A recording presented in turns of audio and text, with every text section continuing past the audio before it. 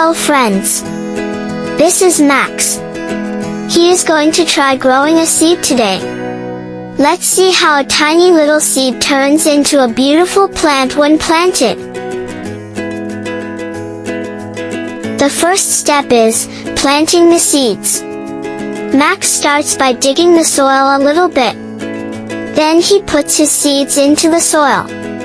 Do you know what seeds Max used? Let's find that out later. He then carefully covers the seeds with more soil on top, so that the seeds don't fly away or get eaten by any birds. The next step is watering. Max gives enough water to his seeds every day. Next is sunlight. For the seeds to grow, they need a lot of sunlight. Max made sure to tell our friend, Mr. Sun, to shine enough light on his seeds. Now they sprout. After giving enough water and sunlight, our seeds start to sprout. They look like tiny baby plants. Next step is very important. You need to give them a lot of love.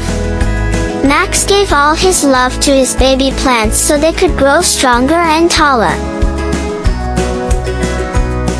Then comes flowering. With all that love, the big plants now start to make pretty flowers. Max was very excited to see this. And the final step is fruit.